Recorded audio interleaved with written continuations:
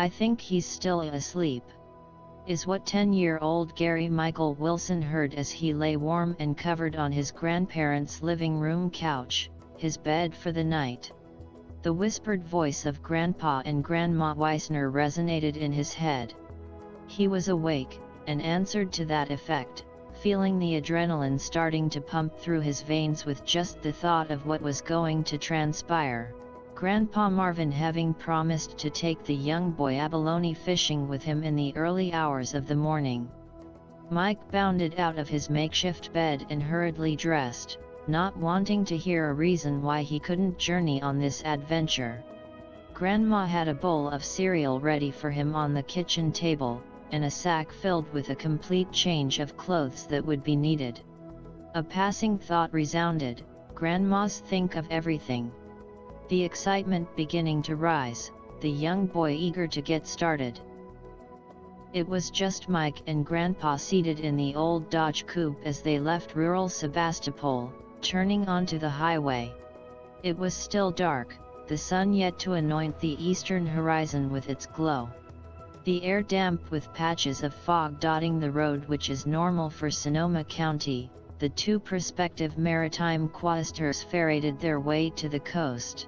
Continuing on the highway which ran abreast to the Russian River, the elderly experienced pescador, and a young inexperienced apprentice, were steadfast on their appointed way. Arriving at their destination, a Pacific Ocean dawn beginning to emerge, revealing a rock-spewed coastline tranquility. No ocean waves thundering on these rocks, for the sea was in reflux, the tide having ebbed and a subtle stillness prevailed. Grandpa and grandson making their way down towards the water. The youth could see others on the beach. A bonfire was present, a good distance from the water. Mike, hearing laughter, and noticing the occupants with thermos in hand, suspecting that coffee wasn't the only beverage on the beach.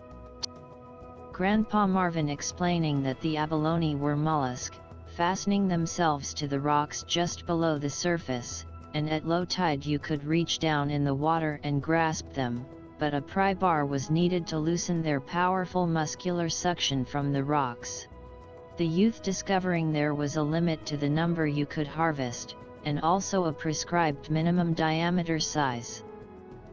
Mike was anxious to hone his skill at this newfound means of sea urchin fishing.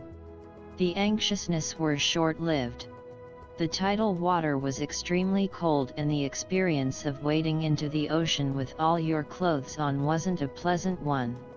An immediate discovery that wet clothes do have weight and tennis shoes don't really grip the seaweed, and scouring on the outcropping strand preceding the rocks, struggling to give a knowledgeable appearance, finally accepting help from a stranger, who directed him to an outcropping rock, and behold, there was an abalone attached. Prying the muscular mollusk loose from its anchored station, discovering it looked to exceed the 7-inch diameter minimum. First thoughts for the boy were of jubilation, but soon was replaced by an inborn sense of candor. The overcast sky, the cold, and being wet contributed to a decision to conclude his abalone fishing experience. The bonfire on the beach looked very inviting. Mike gathered his change of clothes and was pointed in the direction of a sheltering embankment, where he proceeded to change, wondering about his wet shoes, but surprisingly finding an old pair of flip-flops in the clothing sack, suspiciously looking like they didn't belong to Grandma. Accepting the bonfire's invitation, the abalone expedition finally coming to a conclusion, a gunny sack of abalone safely stored away in the Dodge coupe's trunk. After a brief stay, the young man and his grandfather, like the ebbing waters of the tide, decided to recede from the coastline shore of the Pacific. A return to Sevastopol, the time the two had together, and the event indelibly ingrained as an everlasting memory for a young Mike.